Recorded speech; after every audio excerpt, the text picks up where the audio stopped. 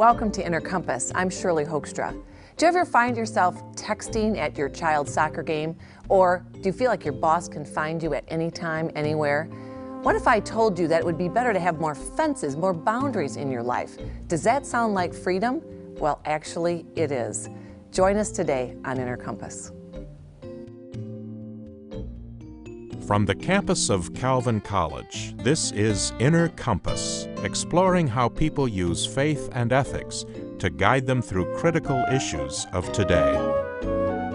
My guest today is clinical psychologist Henry Cloud, a leadership consultant and co-host of the radio counseling show New Life Live. He's also the author of The One Life Solution, Reclaim Your Personal Life While Achieving Greater Professional Success. Welcome, Henry. Good to be here. Thank you. It's great for you to be here and to talk about a very timely topic, which is boundaries. In fact, the One Life Solution is about this integration of your whole life, right? Mm-hmm. Well, you know, it started out when I was talking to the publisher, it was going to be boundaries at work. But the more we unpacked it, you know, trying to have boundaries on work today really gets into your whole life, because it's interesting, you know, 15 years ago or so, roughly, you used to go to work and you were at work. So right. There was a space boundary around work. When you're at the office, you were doing work, and then you had your personal life.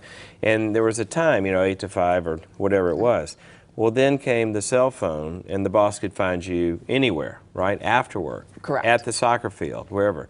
Then came the internet, and then the laptop, and then you got the servers, and you can be at home, maybe surfing sports scores, and all of a sudden you see an email come up and your boss has sent you an email, or a coworker, at 9 o'clock, and then you're back into it, and then the Blackberries. And so now work travels wherever you are, and you've got executives out on date night with their spouses doing the Blackberry. Texting. Or right. doing email at their kid's soccer game. Right. And in leadership coaching, this thing about getting just quantitative boundaries around what leaders need to focus on and how they spend their time and energy in this age of technology is a huge problem.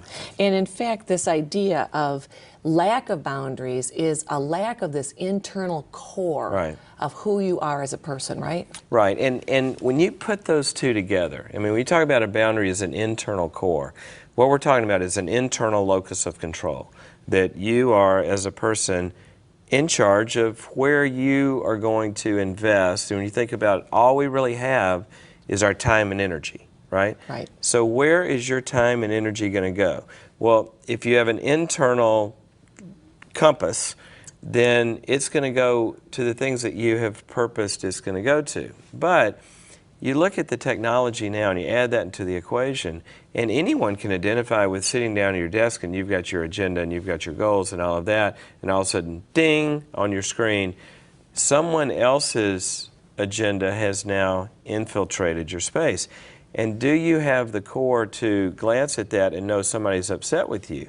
Right, that maybe you haven't finished something or people are asking you for something. Exactly, they're putting pressure on you. Well, now, what are you feeling? And when we look at the way executives really work, a lot of them, that's what I call in the book the power drain. Yes. And that's where they start to kind of lose it, and they're sitting here trying to work, but so-and-so's upset with me, or I got to get that report in, or at least they have an expectation that I'm going to respond, which is another big problem. And that's where we get to where people begin to crack a little bit. And it's a big deal. This internal core is made up of a person's values, because you said we only have a limited amount of time and energy right. in every day. And we are always pushing that boundary, sleeping less, multitasking more, so we're trying to pack more into that time and energy. Right. It probably even decreases our happiness, because when you can't fully be present or fully focus on something, you know, you're just less engaged, and right. that can decrease. But this idea of who are you, what do you believe in, what do you value, actually helps make those decisions on whether you're going to be distracted when these emails or something else comes in, right? It really does. And the thing that's kind of like an eye-opener here for a lot of people is, normally if you ask someone, do you treat your time and your energy as finite? I think everybody thinks that they've got more of it. You never really think about. Well, you can't see it. You can't see it, and you think, oh yeah, I can do that. And the way people decide that is they look on their calendar, and if the space is open, they think, oh, I can do that. Well, pretty soon your life begins to look like your garage. And you're collecting more. Did you and see my more. garage? No, but because that's what it looks like. I know people, right? And then people have that horrible moment where, just like in your garage, you're going to throw something away, and then you think, well, I might need that. Right. Or I'm attached to that. I can't throw it. It's kind of that. I'll just put it over there a minute. Exactly. And you take those two thoughts, I might need that, or I'm attached to that in some way. You apply it to accomplishing your mission in life, or the mission of your company, or your goals, or your objectives. What happens is there are relationships, there are projects, there are assets, there's a host of things that really may not be core to where you're trying to go and what you're trying to accomplish, but you're afraid to let go of them, or you're afraid to let go of those people, or you might need that network of people, or that whatever. And the concept of pruning, I talk in the book about necessary endings. What we see in high-functioning people is they're always pruning. And when they're making space to add new things. Give me an example of that. Well, example, Ford, I think, was it the second quarter this year, or one quarter, a profit? Where did that come from? Whoa. Whoa. Well, if you look at what happened, they gave up a lot of lines that they had acquired. And they got back to some of the core business. And you see that as a business practice a lot, that organizations many times have taken on lots of product lines or lots of other kinds of businesses that got them away from where the real life of the company is. That would be an example. And in the relationships. Right, in a personal life, let's say that your core values were being with your parents, your children, friends that were important to you, doing a good job at work, and perhaps your church. And then all these other things, requests, good things came in to that. And there are motivators which either help us say yes or don't allow us to say no. You talk about that in the book, these motivators of I need to please people, right? That's a big one.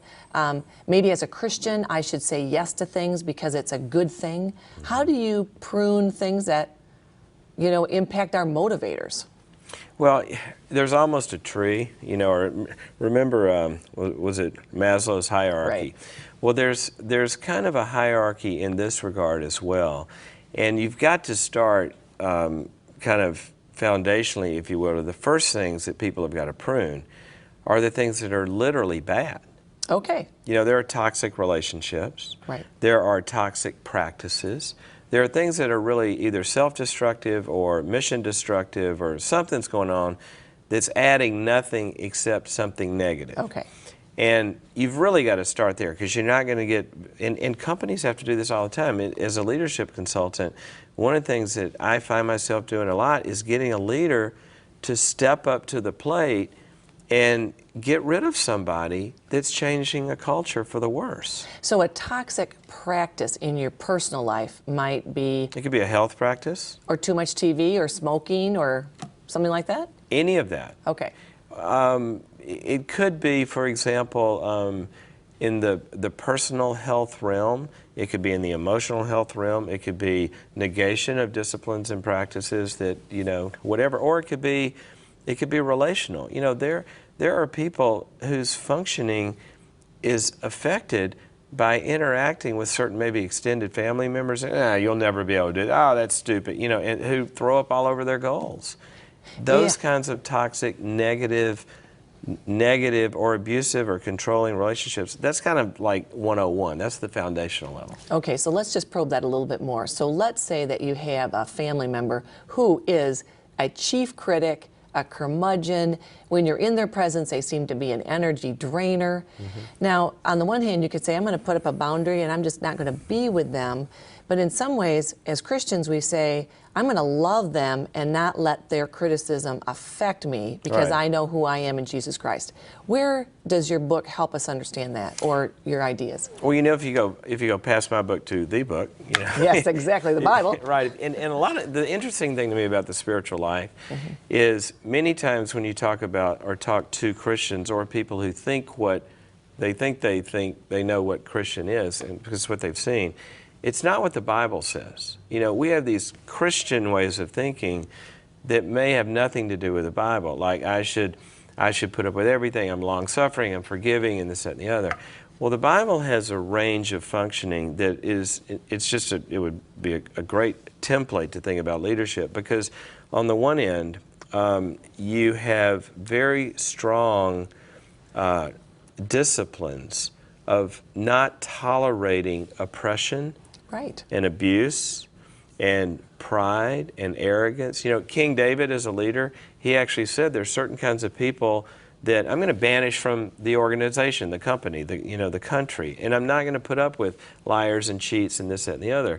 Well, that should be corporate policy, right? Right. So you start there, and as a Christian, that should be part of how we think. Now, here's the difference. It's not like you walk around and say, well, I'm not going to have anything to do with bad people. That's judgmental. That's not what happens.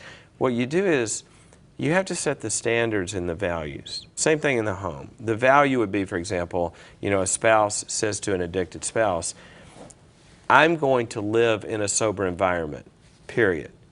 I would love for you to be here with me. Right. I love you. I'm committed to you.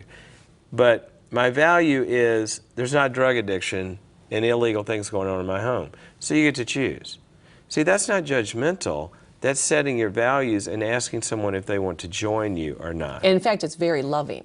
It's extremely loving. Right, because you're saying, look, I care enough about you to do the hard work of setting up a boundary for myself, for our family, and it's going to be better for all of us because I'm going to call it truth. Well, you go back to the book of Leviticus. This is Moses, the first addiction counselor. Yeah. And what he says is that if you don't confront your brother or sister who is doing something destructive, this is in Leviticus 19, you can go look it up, in about 15 through 17 there. It's amazing addiction formula. It says, if you don't confront somebody, if you don't rebuke them, then you share in the guilt. I mean, that's the prescription of enabling, and that's what later we learned in treatment, that if you don't set limits on the addict, you're part of the problem.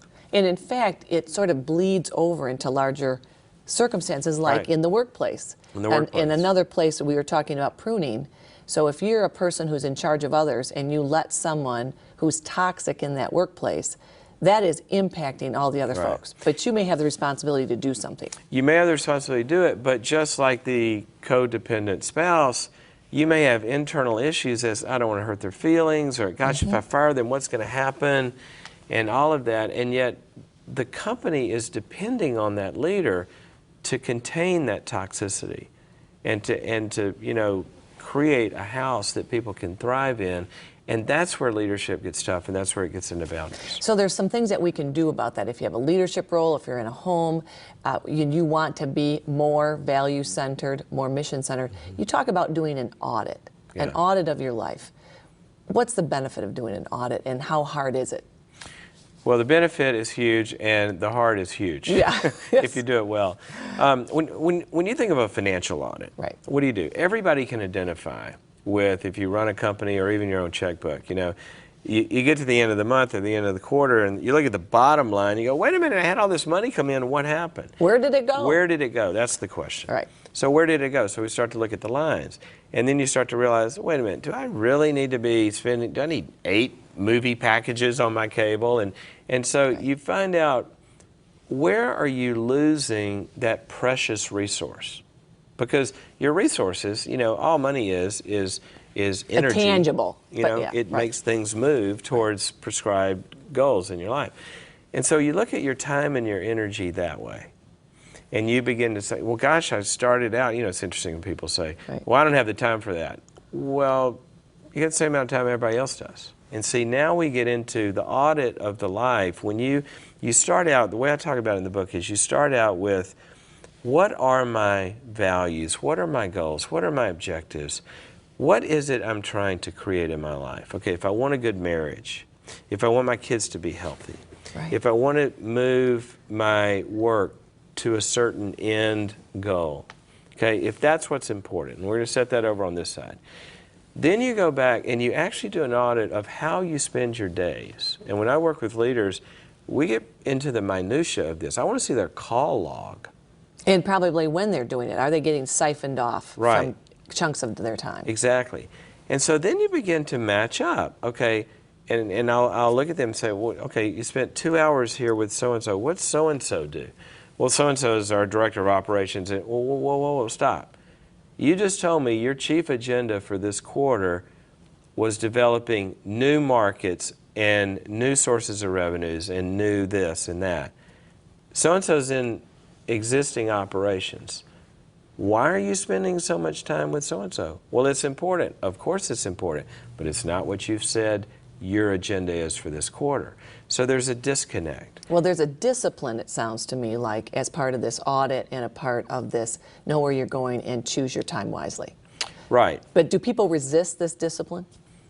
Well, that's kind of redundant, isn't it? Resistance and discipline, you know, because that is the problem. That's the with tension, isn't it? Yeah, and we resist it for a couple of reasons, 3 or 4 reasons actually, but a couple of them.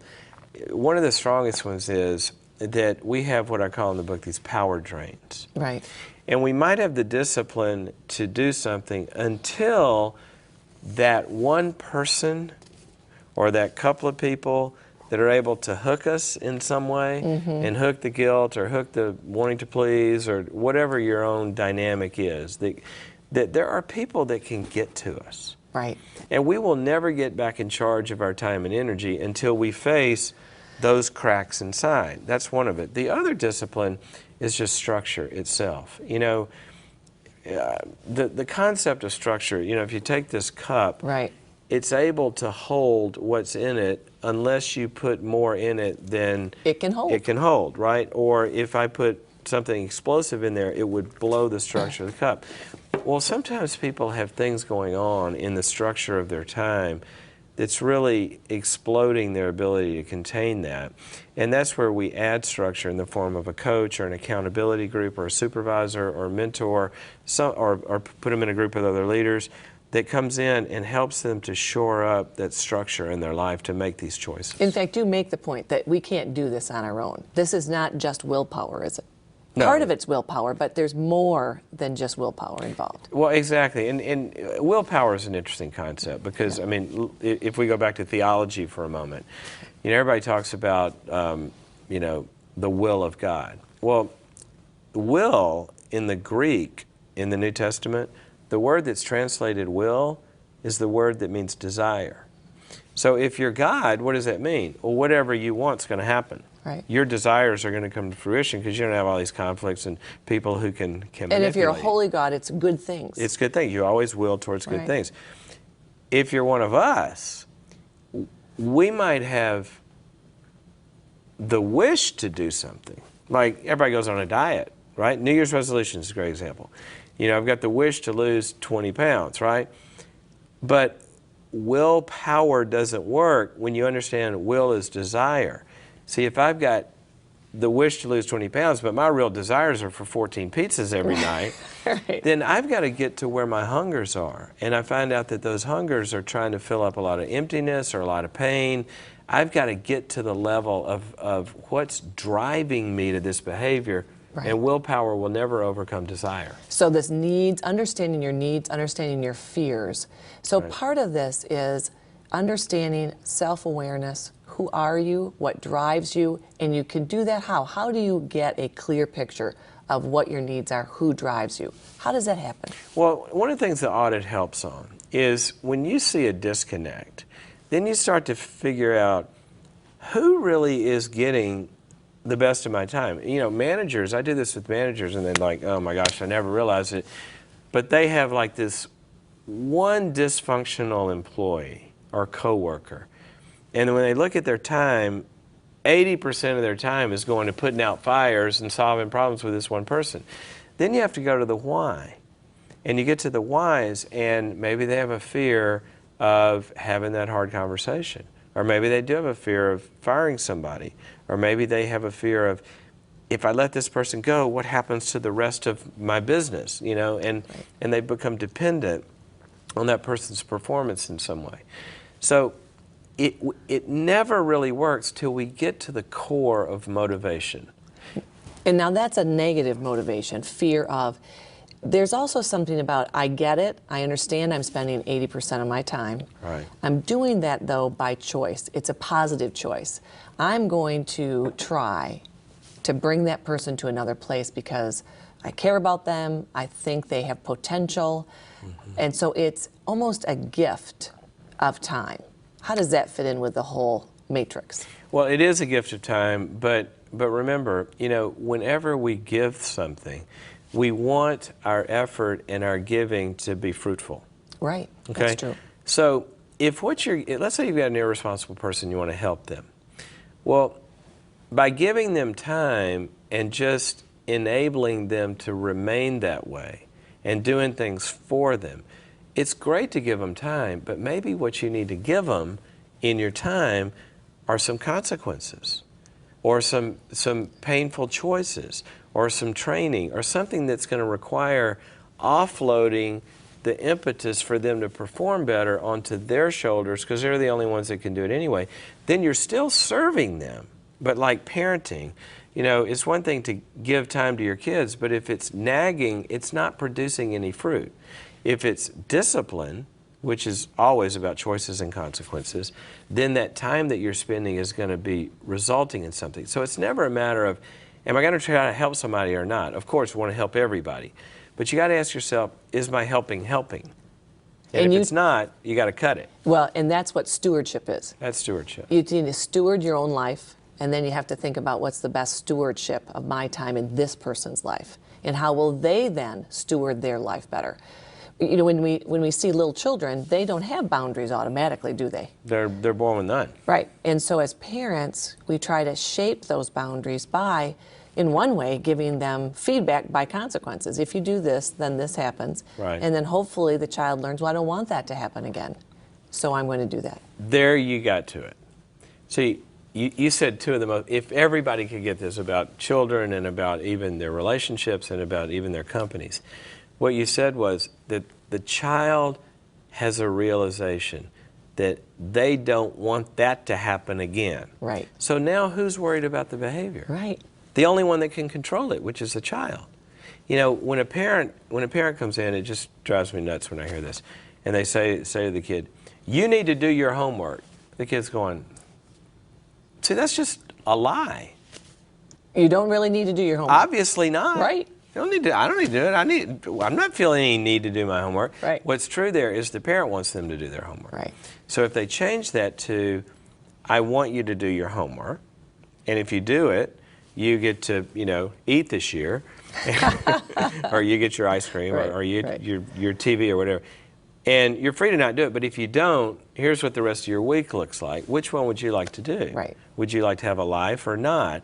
Then the kid starts to feel like, oh my gosh, I need to get my homework done. Now we've got a I need instead of you need. Right. And that's a better motivator, isn't it? It is The motivator. the motivator. See, before there is no motivation, Right. except to get this parent out of my face, Right. Because they're my problem, not the behavior. It's not positive. And when leaders begin to realize that the essence of delegation is not just offloading work, the essence of delegation is getting freedom, responsibility, love, and consequences all in the same. Those great existential themes only work in balance.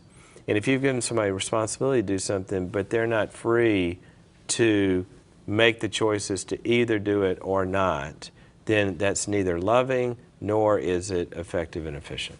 And this is why, if they think about boundary setting as loving, efficient, productive stewardship, it's a much more positive way, because boundaries can have a negative feel. You're shutting something down, you're stifling, you're constraining. But you're saying boundaries brings freedom. Boundaries absolutely brings freedom. And they can have, in that term, negative feel, that's a really important thing to unpack, because Boundaries, by definition, are negative. You know, I can't stay up all night and watch 3 movies because I want to have energy tomorrow and be able to make it through the day and do some fun things, right? So it's the trick is getting negative to not be negative. Right. Getting negative to be positive. And I think that you can't be concerned with if you say no to the person, that's their problem. And if it feels negative and if they experience it negatively, then they got to deal with that because you're setting up your boundaries. Right, and that's really a litmus test of your relationship anyway. Oh, I mean, right. if you think about, Right. if you've got a relationship that you can't say no to someone without there being relational consequences, like, do you want to go to lunch? Well, no, I've got some stuff I want to do. Oh, well, you don't care? I thought we were friends. Exactly. Then you're no longer a friend, you're a slave. You're an extension of that person's wishes. And if you've got relationships where the freedom is not there to say no, love is broken down. Exactly. Henry, that is great advice for today. Thank you so much. It's good to be here. My guest today has been Henry Cloud, author of The One Life Solution, Reclaim Your Personal Life While Achieving Greater Professional Success. I'm Shirley Hoekstra. Thank you for watching Inner Compass.